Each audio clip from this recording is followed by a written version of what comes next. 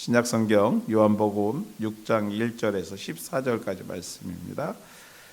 그 후에 예수께서 디베랴의 갈릴리 바다 건너편으로 가시매 큰 무리가 따르니 이는 병자들에게 행하시는 표적을 보았음이로라. 예수께서 산에 오르사 제자들과 함께 거기에 앉으시니 마침 유대인의 명절인 유월절이 가까운지라. 예수께서 눈을 들어 큰 무리가 자기에게로 오는 것을 보시고 빌립에게 이르시되 우리가 어디서 떡을 사서 이 사람을 먹이겠느냐 하시니 이렇게 말씀하심은 친히 어떻게 하실지를 아시고 빌립을 시험하고자 하심이라. 빌립이 대답하되 각 사람으로 조금씩 받게 할지라도 200데나리온의 떡이 부족하리이다. 제자 중 하나 곧 시몬 베드로의 형제 안드레가 예수께 여짜오되 여기 한 아이가 있어 보리떡 5개와 물고기 2마리를 가지고 있나이다. 그러나 그것이 이 많은 사람에게 얼마나 되겠사옵나이까. 예수께서 이르시되 이 사람들로 앉게 하라 하시니 그곳에 잔디가 많은지라. 사람들이 앉으니 수가 5,000명쯤 되더라. 예수께서 떡을 가져 축사하신 후에 앉아 있는 자들에게 나눠주시고 물고기도 그렇게 그들의 원대로 주시니라. 그들이 배부른 후에 예수께서 제자들에게 이르시되 남은 조각을 거두고 버리는 것이 없게 하라 하심으로 이에 거두니 보리떡 5개로 먹고 남은 조각이 12바구니에 찼더라. 그 사람들이 예수께서 행하신 이 표적을 보고 말하되 이는 참으로 세상에 오실 그 선지자라 하더라. 아멘.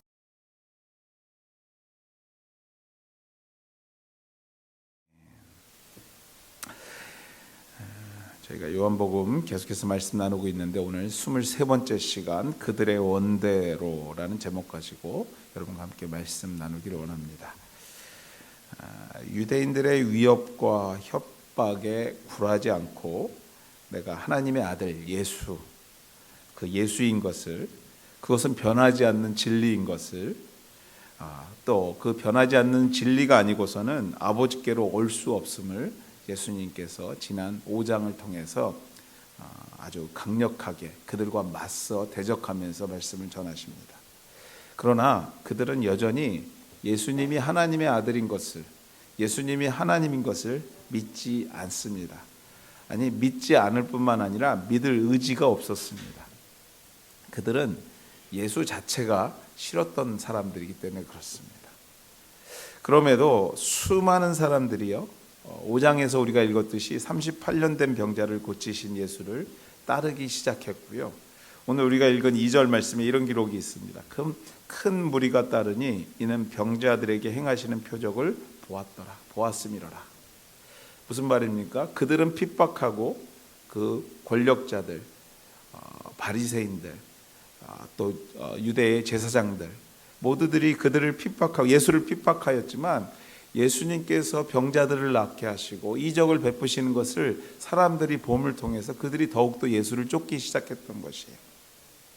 그들에게 당신이 정말 하나님의 아들인 것을 그 유대인의 모든 권력자들은 부인하였지만 주님이 이적을 베푸시는 것을 본 많은 사람들은 저 사람이 바로 우리가 기다리던 메시아구나를 알게 또 믿게 되는 사건들이 일어남을 통해서 더 많은 사람들이 예수님을 쫓기 시작했습니다. 그 쫓아온 사람들에게 예수님은요, 당신이 하나님의 아들 예수인 것을 다시 한번 이적을 통해서 그들에게 보이셨던 사건이 바로 오늘 우리가 읽은 6장의 말씀입니다.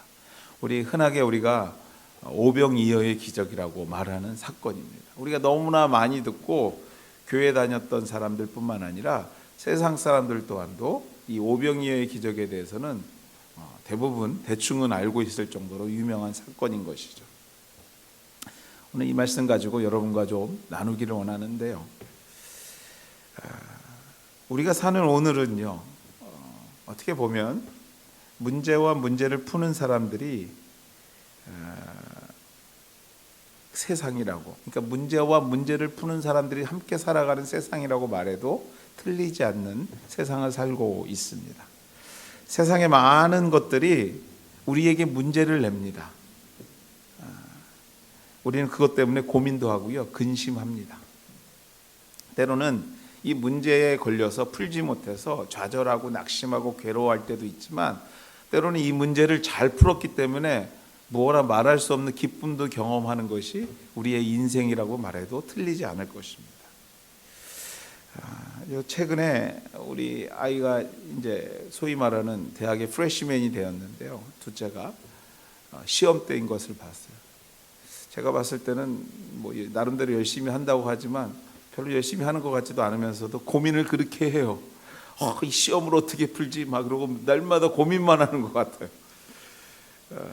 여하튼 우리 학교의 자녀들에게, 학교 다니는 학교의 자녀들에게 학교는 문제를 냅니다. 공부해야 되는 문제죠. 우리 아이들은 그것 때문에 매일 저녁 근심하고 때로는 막 스트레스를 받아서 막 얼굴에 뭐가 나기도 하고 합니다. 또 세상은요, 우리에게 문제를 냅니다. 교회와 세상의 문화 중 어느 것을 선택하겠니? 라고 우리에게 문제를 냅니다. 선택할 수밖에 없게 만듭니다. 또 사회는요, 우리에게 또 다른 문제를 냅니다. 이 비즈니스를 하게 되면 돈을 벌 수 있을까? 라는 문제를 내기도 합니다. 또 이 회사에 내가 가면 이러한 질문을, 이러한 생각들을 함께 나누게 되는데 과연 이 회사가 나에게 맞는 것인가? 고민하고 생각하게 합니다. 어떻게 하면 좀 더 잘 살 수 있을까? 어떻게 하면 이 이민의 삶 속에서 우리 아이들을 잘 양육할 수 있는 것인가? 어떻게 하면 우리의 사업이 성공하겠는가? 어떻게 하면 우리의 가정이 보다 행복해질 수 있는가? 하면서 좀 더 좋은 방향으로 정답을 얻으려고 열심히 노력하는 것이 저와 여러분의 삶이라고 말해도 틀리지 않을 것입니다. 그렇습니다, 여러분들. 오늘 본문에서 예수님께서 제자 빌립에게 우리가 매일 접하고 있는 비슷한 질문을 제자 빌립에게 합니다. 5절부터 우리가 5절, 6절 같이 한번 읽도록 하겠습니다. 같이 읽겠습니다. 시작. 예수께서 눈을 들어 큰 무리가 자기에게 오는 것을 보시고 빌립에게 이르시되 우리가 어디서 떡을 사서 이 사람들을 먹이겠느냐 하시니, 이렇게 말씀하심은 친히 어떻게 하실지를 아시고 빌립을 시험하고자 하심이라. 5절 말씀에 이런 말씀이 있어서 우리가 어디서 떡을 사서 그들로 먹게 하겠느냐. 이 질문을 받은 빌립은요, 우리가 똑같은 근심과 고민하면서 대답을 합니다. 뭐라고 대답합니까? 빌립이 대답하되 각 사람으로 조금씩 받게 할지라도 200데나리온이라는 200데나리온의 떡이 부족하다라고 대답합니다. 여러분들, 여기서 한 데나리온은요, 한 사람이 하루 일할 때 받을 수 있는 싹시라고 합니다. 그러면 200데나리온이라는 얘기는 200명이 일하거나 아니면 200일을 일해야 되는 돈이라는 거예요. 이 얘기를 빌립이 예수님께 대답합니다. 너무나 계산을 정확하게 한 거죠. 숫자를 보니까 이거 도저히, 근데 이야기를 이렇게 얘기하고 있지만 그 속내는 뭐냐면, 예수님 아무리 계산해도 이건 답이 없습니다. 이 많은 사람들에게 어떻게 뭘 먹이시려고 나보고 계산하라고 그럽니까? 라고 어떻게 보면 좀 어이가 없어서 대답하는 모습일 것이에요. 사랑하는 여러분들, 오늘 주님께서 제자에게 하신 질문이 저에게 이렇게 들렸습니다. 오늘 이 질문에서 제가 말씀을 묵상하면서 주님이 제자들에게 하는 질문이 저에게는 이렇게 들리더라고요. 너희가 어디서 무엇을 해서 이 이민의 삶을 성공으로, 너희의 자녀들을 성공으로, 너희의 생업을 성공으로 이끌어갈 수 있겠니? 하고 물으시는 것 같았어요. 오늘 주님께서 여러분에게 이렇게 질문하신다고 한번 생각하면서 오늘 말씀 같이 했으면 좋겠어요. 너가 지금 생각하고 있는 그거 어떻게 하면 성공할 수 있을까? 우리가 이민의 삶을 살고 있는데 이 이민의 삶을 어떻게 성공으로 우리 자녀들을 잘 키우면서 행복하게 내 생업의 현장에서 최선을 다할 수 있을까? 물으시는 것이에요. 오늘 이러한 질문을 받고 우리는 혹시 빌립과 같이 대답하고 있는지는 모르겠어요. 예수님, 제 생각에는요, 우리 자녀들이 이 땅에서 성공하기 위해서는요, 내 사업이 성공하기 위해서는요, 지금보다 이렇게 하고요. 우리 아이들은 특별하게 이렇게 키워야 되고요. 이것도 줘야 되고요. 내 사업에서는 이런 생각 저런 생각, 다른 사람이 못하는 모든 아이디어가 나에게 있어야 돼요. 그래야지 정말 뭔가 하나 크게 잡아서 오늘 주님 눈앞에 보인 이 많은 사람들에게 많은 것을 먹일 수 있는 능력도 있지 않겠어요? 라고 여러분들 딱 찌르면요 막 구체적으로 나오는 분들도 있으실 거예요. 만약 예수님께서 오늘 우리들에게 문제를 내신다면 너희 인생들이 충분히 먹고 마시고 나누어 줄 수 있는 떡이 어디 있느냐라고 우리에게 문제를 내신다면 이러한 질문에 오늘을 살고 있는 우리들은 과연 어떻게 대답해야지 과연 잘 대답하는 것일까? 오늘 그 대답을요 지금 내가 갖고 있는 대답과 성경이 주는 대답을 한번 오늘 시간에 비교해 가면서 우리가 좀 은혜를 받았으면 좋겠어요. 그 대답을 말씀 속에서 찾아보면서 예수님께서 가르쳐 주신 명답을 만나보는 오늘 귀한 시간 됐으면 좋겠습니다. 본문 6절 말씀입니다. 다시 한번 읽어볼까요? 6절 말씀 같이 읽겠습니다. 시작. 이렇게 말씀하심은 친히 어떻게 하실지를 아시고 빌립을 시험하고자 하심이라. 그렇습니다. 주님께서 오늘 질문하시는 질문의 첫 번째 답은요 바로 6절에서 우리가 힌트를 얻을 수 있습니다. 무슨 말이냐면요 문제의 답은 출제자에게 있다라는 거예요. 여러분들 오늘 6절을 읽다 보면 어디서 많이 본 듯한 느낌이 있는 분들 계실 거예요. 특별히 이번 주에 요한복음을 열심히 읽으신 분들은요 오늘 본문을 보면 이거 어디서 많이 본 듯한데 다른 데서도 이러한 뉘앙스로 얘기하신 게 있는데 라고 생각하시는 분들이 있을 거예요. 그렇습니다. 여러분들 우리가 수가성에서 사마리아 여인과 만나서 얘기하셨던 예수님을 우리는 기억합니다. 예수님께서 요한복음 4장 17절과 18절 말씀에 이렇게 기록해요. 예수께서 이르시되 내가 남편이 없다 하는 말이 옳도다. 너에게 남편이 5이 있었고 지금 있는 자도 내 남편이 아니니 내 말이 참되도다. 이 말씀에 수가성 여인이 와르르 무너집니다. 무슨 말이냐면요 예수님하고 한 번도 만나본 적이 없는데 예수님께서 자기가 살아온 걸음들을 다 알고 계세요. 누구에게도 말하고 싶지 않았던 본인의 개인사, 남편과 만나고 헤어지는 그 순간순간 마음 아파서 진짜 마음에 묻어놨던 많은 고통의 순간들을 예수님께서 단숨에 알아보시고 그래 네 말이 맞는데 지금 살고 있는 사람도 네 남편이 아니야 막 이런 식으로 얘기하시는데 수가성 여인이요 당신이 정말 하나님의 아들 예수군요 하고 딱 깨닫기 시작해요. 무슨 말이냐면요 오늘 6절과 4장에 나온 그 수가성 여인과의 만남 속에서 우리가 깨달아야 될 게 뭐냐면 예수님이 하나님이시라는 거예요. 하나님의 전지성입니다. 하나님의 신성을 증명하는 말씀이에요. 인간이시면서도 하나님이셨던 예수님인 것을 우리가 알 수 있는 대목이라는 거예요.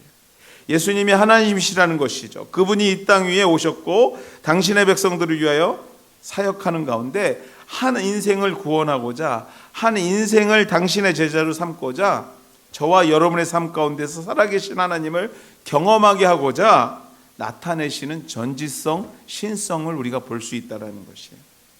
무슨 말이냐면요 수많은 무리들이 몰려오는 가운데 빌립에게 이 사람들을 어떻게 먹이지? 걱정인데? 라고 물으시는 게 아니에요. 이 수많은 사람들이 나에게 오는데 이거 어떡하지? 두려움에 따라서 빌립에게 너 한번 해결해 볼래? 하고 줬던 게 아니에요. 여러분들 아니 같이 한번 풀어볼래? 나 너무 떨려 라고 빌립에게 물어봤던 게 아닙니다. 떠넘기셨던 게 아니에요. 무슨 말이에요 여러분들요? 본문은요 주님의 전능하신 하나님으로서 제자 빌립의 모든 것을 알고 계시면서 내가 이렇게 질문했을 때 빌립이 이렇게 대답할 거예요. 이미 알고 계시면서 출제자가 답을 알고 계시면서 물어보는 장면이라는 거예요. 다시 말해서 여러분들 빌립의 모든 것을 알고 계시고 그를 보다 준비된 자로 쓰시고자 훈련하시는 테스트였다라는 거예요. 빌립을 시험하고자 하심이라. 빌립을 훈련하시고자 하시느냐. 이미 문제의 답을 알고 계시는 출제자가 선한 뜻을 가르치고자 주시는 문제였다라는 것입니다. 사랑하는 우리 하늘가족 여러분, 여러분의 인생의 문제 누구나 다 경험하는 것입니다. 문제 하나 없는 분은 없어요. 왜 나만 이렇게 고통하지? 아니에요, 여러분들. 옆 사람들이 말을 안 할 뿐이죠. 다 문제와 고통 속에서, 근심 속에서 오늘 살고 계세요. 그러죠. 여러분들 눈으로 저에게 막 말하고 있는 거 맞아요. 저도 이런 고민이 저런 고민이 다 있죠. 그러나 여러분들, 성도인 우리의 인생의 문제에 있어서 한 가지 우리가 잊지 말고 꼭 기억하셔야 할 것은요, 그 문제의 출제자가 우리가 성도라면 주님이라는 것이에요.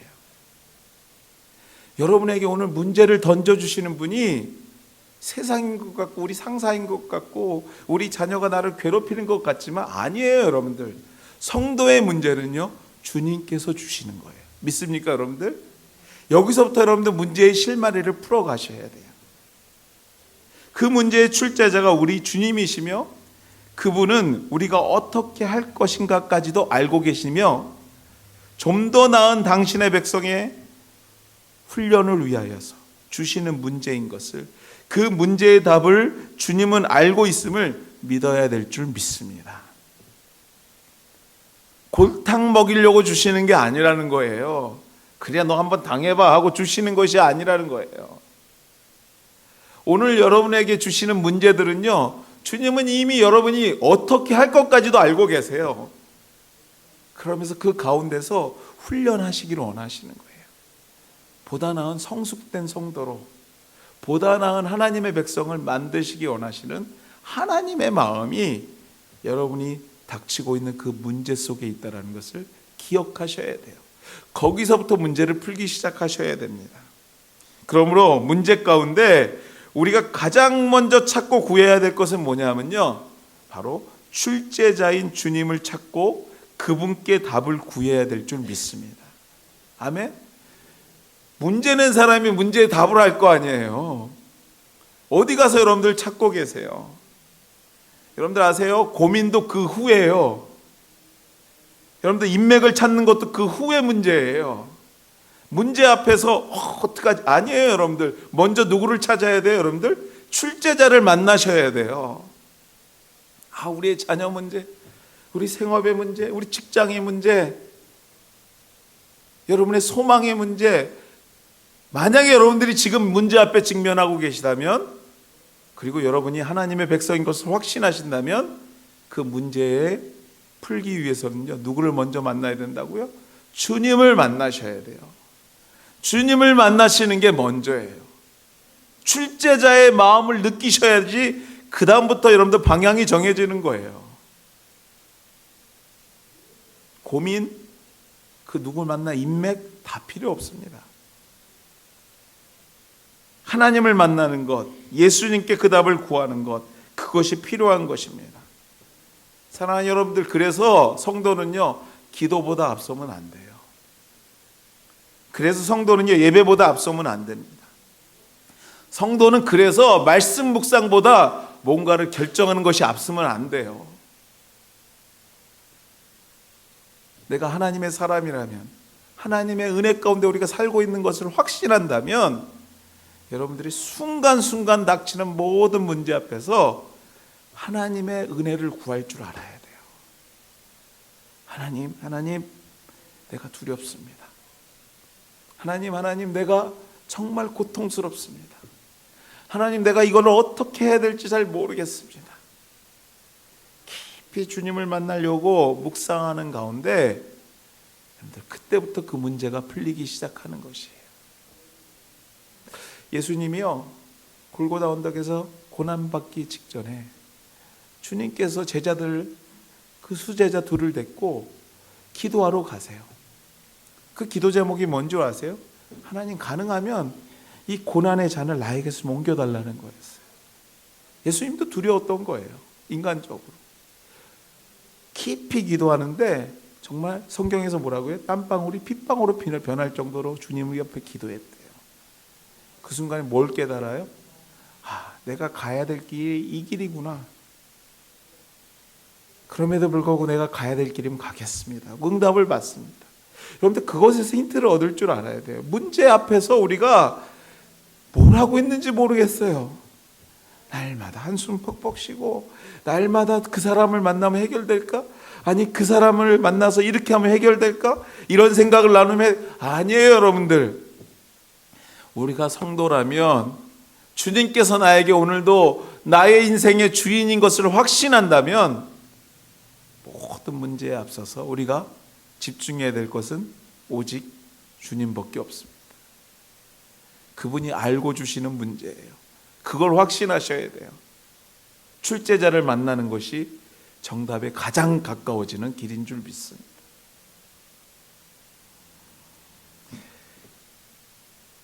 팔 8절과 9절 말씀입니다. 같이 한번 읽을까요? 8절과 9절 말씀 같이 읽도록 하겠습니다. 시작. 제자 중 하나 곧 시몬 베드로의 형제 안드레가 예수께 여짜오되 여기 한 아이가 있어 보리떡 5개와 물고기 2마리를 가지고 있나이다. 그러나 그것이 이 많은 사람에게 얼마나 되겠사옵나이까. 안드레가 문제를 낸 예수께 다가와서 한 아이의 이상한 행동을 속삭입니다. 주님께. 주님 애가 왔는데요, 도시락 하나 갖고 왔는데, 이렇게 얘기하고 있는 거예요.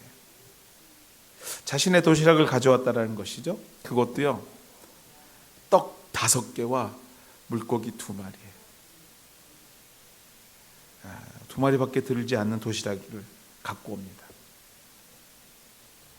그러면서 그는 말하기를요, 안드레가 말하기를, 이 많은 사람들에게 이것으로 얼마나 나누어 줄 수 있을까요? 주님께 묻습니다. 이 얘기는 뭐예요? 소년의 생각은 기특한데 오늘 주님만 드셔도 이거 모자라요, 이 얘기죠. 이거 갖고 뭐 하겠어요? 참 아이는 기특하네요, 뭐 이렇게 얘기하는 겁니다. 나 혼자 먹어도 부족하겠는데요? 라는 말을 좀 더 멋있게 한 거죠. 그렇습니다. 여러분들, 주님께서 주신 인생의 문제들을 풀기 위한 두 번째 시작은요, 첫 번째가 출제자의 마음을 깨닫는 거였다면, 두 번째는요, 우리들의 생각과 시선을 바꾸는 일이에요.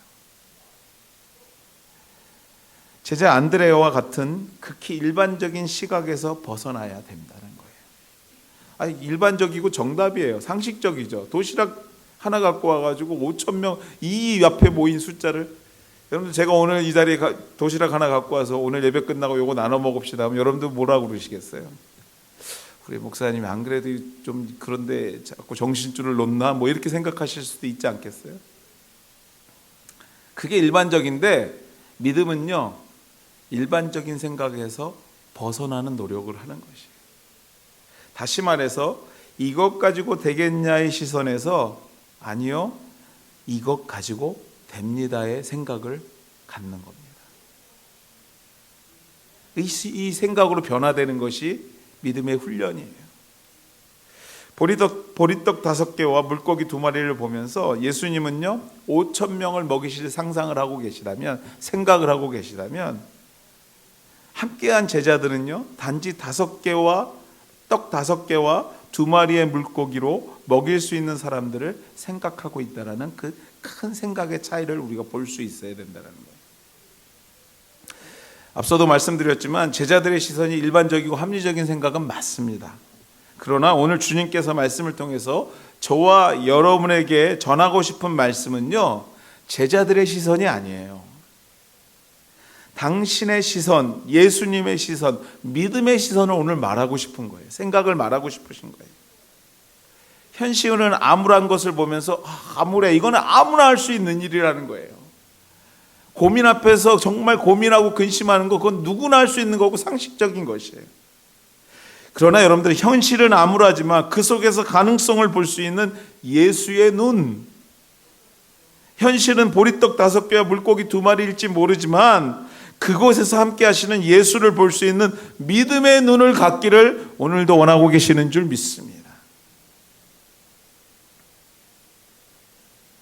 그렇습니다. 여러분들, 성경이 말하고 있는 5,000명을 먹이신 기적의 출발은요, 바로 여러분들 기억하세요. 꼬마의 작은 도시락이 주님의 손에 들리는 순간서부터 시작이 됐어요.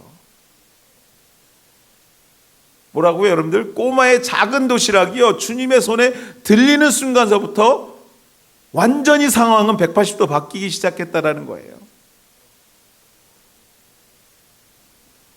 사랑하는 여러분들, 여러분의 생업의 현장에서 주님을 경험하는 것, 가정 가운데 은혜의 하나님을 느끼는 것, 나의 믿음이 성장하고 성숙하는 것은요, 무언가 큰 변화에서부터 시작되는 것이 아닙니다. 무언가 큰 아이디어로 변화되고 발전되며 주님을 경험하는 것이 아니에요. 우리에게 있는 작은 도시락을 발견하고요, 그것을 주님 앞으로 갖고 가는 그 순간에서부터 얘기는 달라지는 거예요. 그 떡 몇 개와 생선이 주님 앞에 드려질 때에 큰 변화, 이적이 있을 것을 믿을 때에부터 일은 시작된다는 거예요. 여러분들, 우리가 매일 제가 성경 같이 읽자고 합니다. 매일 아침 같이 말씀 묵상하자고 합니다. 어떻게 보면요, 하루를 봐도, 일생을 봐도 정말 작은 것일 수 있어요. 그래서 때로는 무시할 수도 있습니다. 그런데 여러분들 아세요? 인생이 변화하는 것은요, 그 작은 것을 주님 앞에 갖고 가는 믿음이 있을 때에 그것이 열리는 순간에 주님께서 역사하기 시작하시고 그때부터 일하기 시작하신다라는 것이, 내가 가지고 있는 조그만 시간의 도시락, 내가 가지고 있는 조그만 달란트의 도시락, 내가 가지고 있는 조그만 헌신의 마음, 주님 앞에 가져 나올 때에 그것이 5,000명을 먹이게 되는 기적, 여러분의 생업을 새롭게 하는, 가정을 회복시키는 새로운 믿음의 세계를 보게 하는 경험을 만들기 시작한다라는 것이에요. 큰 데 있지 않습니다. 여러분들, 정말 훌륭한 목사가 와가지고 여러분의 머리 위에 손을 얹고 안수해야지 예수님이 보이는 게 아니에요. 오늘 여러분 손에 들려있는 그 자그마한 말씀을 붙잡고 주님 앞에 내 시간을 내기 시작할 때, 내가 가지고 있는 자그마한 그 달란트를 주님의 이름으로 사용하기 시작할 때, 정말 주님께서 그 순간에서부터 여러분과 함께 하시며 일하기 시작하시는 거예요. 그때부터는요, 우리 눈앞에 있는 5,000명과 같은 큰 문제가 더 이상 문제로 보이기 시작하지 않는 거예요. 왜요? 주님이 해결하기 시작하는 것을 믿기 때문에 그래요. 오늘 이 시간, 나의 작은 것이 주님의 손에 들려질 때에 우리가 상상할 수 없는 능력으로 변화할 것을 볼 수 있는 여러분의 생각과 눈이 주의 이름으로 함께하기를 주의 이름으로 축원해 드립니다. 주님 앞에 가지고 가셔야 돼요. 매일 아침 여러분 짧게 하는 그 기도의 순간도 주님의 손에 들리기를 소망하면서 가셔야 돼요. 여러분이 말씀 묵상하고 있는 그 말씀 한 절 한 절이 내 삶의 정말 주인이 되기를, 주님의 손에 들려지기를 소망하면서 가져가셔야 돼요. 아침 정말 피곤한 눈을 비비며 일터로 출근하는 그 자리에서, 하나님, 내가 이 자리가 주님이 나에게 주신 정말 은혜의 자리인 것을 믿습니다 하고 주님 앞에 내어놓을 때 여러분이 일하고 있는 그 자리가 기적의 자리로 변화되기 시작한다는 거예요. 이 모든 기적의 은혜가 우리 하늘가족 가운데 있기를 주의 이름으로 축원해 드립니다. 11절 말씀입니다. 같이 한번 읽을까요? 11절 같이 읽겠습니다. 시작. 예수께서 떡을 가져 축사하신 후에 앉아있는 자들에게 나눠주시고 물고기도 그렇게 그들의 원대로 주시느니라. 여러분들, 저는 오늘 이 11절 말씀 때문에 설교하고 있는 거예요. 인생의 문제 앞에서 마지막으로 가져야 될 생각이 뭐냐면요, 따라해 볼까요? 이건 따라 하셔야 돼요. 확신. 그렇게 하면 절대 확신이 없습니다. 크게 한번 하겠습니다. 확신. 마지막으로 가져야 될 게 확신이에요. 금주 말씀을 제가 묵상하면서요, 11절 말씀이 얼마나 좋은지 모르겠어요. 이 말씀만 읽고 싶어요. 오병이어의 이야기가 사실 너무나 많이 접했고요. 저도 이 말씀 갖고 설교 여러 번 하고 얼마나 많이 했겠어요. 설교도 많이 한데, 그런데 이전에 보이지 않았던 게 오늘 딱 보이더라고요. 뭐냐면요, 그들의 원대로 주셨다라는 거예요. 이거 한번 따라해 볼까요? 그들의 원대로 주시니라. 아멘? 여러분들 여기서 그들의 원대로라니까 저 사람의 원대, 그렇게 읽으면 안 되는 거 아시죠? 그들의 원대로. 이 말씀이 왜 그렇게 좋은지요? 사실 이 원대로라는 말은요, 신학적으로 풀면 여러 가지 해석이 있어요. 여러 방향으로 설명하고 적용할 수 있습니다. 근데 여러분들 오늘 저는요 그 말씀 그대로 믿기를 원해요. 나의 원대로. 주님이 나의 원대로 주셨대요. 여러분의 원대로 주시는 주님이 묵상이 돼요. 여러분들 묵상한 대로 주실 줄 믿습니다. 이렇게 읽고 나니까 얼마나 좋은지 모르겠어요. 그냥 설교 이것만 하고 내려가고 싶었어요. 오늘 이 말씀 믿으면요, 여러분 원대로 주신대요 하고 그냥 끝냈으면 좋을 뻔했어요. 문제 앞에서 그 문제의 주인을 찾고요, 먼저 출제자의 그 문제를 주신 의도를 여러분이 물을 줄 아셔야 되고요, 또 주님께서 주시는 생각과 시선으로 그 문제를 바라볼 수 있어야 되고요, 마지막으로 그러할 때 주님께서 우리에게 주시는 응답은 뭐냐면요, 그들의 원대로 주시더라. 할렐루야. 아멘. 여러분들이 왜 그런 생각을 가져야 되는지 이제 아시겠죠? 왜 문제 앞에서 자꾸 주님을 찾아야 되는지 아시겠죠? 문제 앞에서 그 문제를 보는 눈이 좀 바뀌어야 되는 이유를 아시겠죠? 왜요? 그렇게 바뀌고 나면 주님께서 우리에게 약속하시는 게 뭐예요? 너희 원대로 주시겠다라는 거예요. 확신하십시오. 주님께서 주시는 문제는요, 즉 테스트는요, 풀지 못하게 하기 위해서, 우리에게 어렵게 하기 위해서 주시는 것이 아니에요. 그들의 원대로 주시고자 하는 주님의 강력한 의도가 심어있는 시험인 줄 믿습니다. 여러분들이 그 문제만 믿음으로 이길 수 있다면 주님께서 이유는 책임져 주세요. 아멘? 채워주신대요. 원대로 주신대요. 어려움 앞에서 인생의 고비 가운데 넘어지지 않고 혹 넘어질지라도 다시 일어설 수 있는 은혜도 주시겠다고 약속하시는 줄 믿습니다. 결국 문제의 주인이 예수님인 것, 그것과 주께서 주시는 신령한 눈으로 나의 도시락을 내어놓는 헌신과 그 부르심의 확신을 가지고 나아갈 때 본문의 오병이어의 복이, 기적이 우리의 원대로 이루어지는 것이 오늘 말씀의 약속인 것을 믿습니다. 12절 13절 읽고 말씀 마치도록 하겠습니다. 같이 읽도록 하겠습니다. 시작. 그들의 배부른 후에 예수께서 제자들에게 이르시되 남은 조각을 거두고 버리는 것이 없게 하라 하시므로 이에 거두니 보리떡 5개로 먹고 남은 조각이 12바구니에 찼더라. 할렐루야. 여러분들 12바구니가 남았다는 얘기는 뭐예요? 그거 일부러 주님께서 남겨갖고 너 다음에 나 필요해지니까 이게 쌓아야 돼 이렇게 얘기하셨을까요? 풍족한 거죠. 넘친 거죠. 그래서 나머지도 챙겨야 될 정도로 넘쳐난 거예요. 축복은요, 넘쳐나는 겁니다. 흘러 넘치는 거예요. 낯쓰기에 찰랑찰랑 해가지고요. 제가 시간이 가는데 오늘 또 이 얘기가, 제가 결혼하기 전에 만약에 딸을 낳으면 나는 이런 이름을 지을 거야 하고 별 생각을 다 했죠, 총각 때. 그러면서 딸 이름이 뭐였냐면 한초롬이었어요. 민한초롬이. 그때 한국 이름이 한글로 짓는 이름이 한참 유행일 때예요. 그게 뭐냐면 무슨 뜻이냐면요, 물잔에 물이 가득 차서 찰랑찰랑 넘치지 않는 거예요. 그게 한초롬하다 이렇게 표현합니다. 이쁘죠?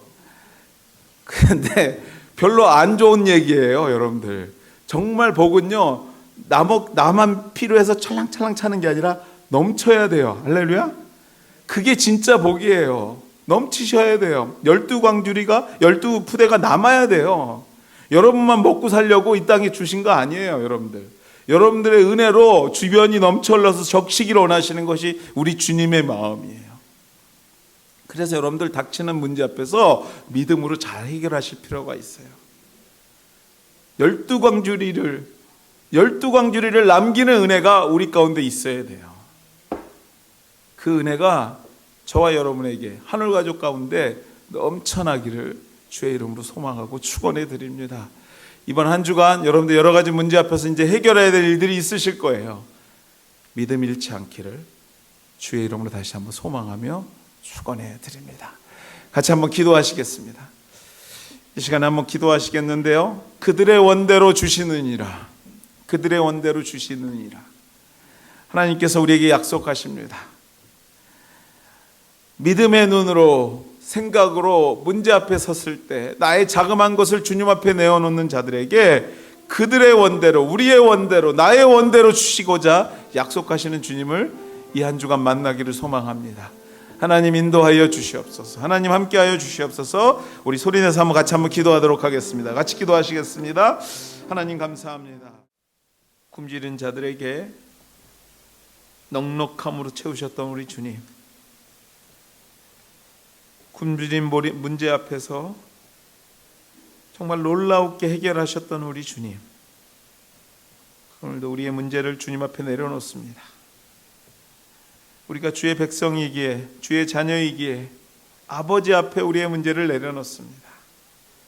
하나님 채우시고 넘치게 하시고 정말 그들의 원대로 채우셨듯이 하나님 우리의 사정에 꼭 맞게 채우시는 하나님의 놀라우신 역사가 있게 도와 주시옵소서. 흘러넘쳐서 우리 주변이 주의 이름으로 넘쳐나는 그 은혜가 있기를 소망합니다. 흘러넘쳐서 나를 보고 또 다른 예수님을 정말 믿지 않았던 그 영혼들이 하나님을 찾게 되는 귀한 은혜가 있기를 소망합니다. 하나님 인도하여 주시옵소서. 하나님 역사하여 주시옵소서. 우리 은혜 가운데, 우리 하늘 가족들 가운데 이 한 주간 넘치게 하시는 하나님의 은혜가 있게 하여 주시옵소서. 귀한 말씀 감사하며 이 모든 말씀 예수님의 이름으로 기도드렸습니다. 아멘.